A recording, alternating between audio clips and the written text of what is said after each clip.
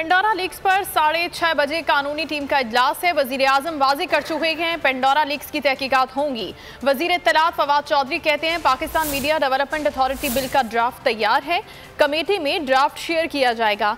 Fake news के खिलाफ दुनिया में कानून साजी हो रही है, इस चीज़ को लेकर आगे बढ़ रहे हैं। और पेंडोरा खुला है और अभी इंशाअल्लाह ताला हम आज 6:30 बजे एक लीगल टीम की मीटिंग है हुकूमत की, उसमें फैसला करेंगे कि प्रोसीड आगे कैसे 6 बजे कोई कमेटी बनने जा रही है। ये 6:30 बजे देखते ना तरीकाकार बताता हूँ फिर कि उसको क्या तरीक़ाकार होगा, लीगल टीम क्या कहती है, लेकिन इस बारे में कोई शुबा नहीं है।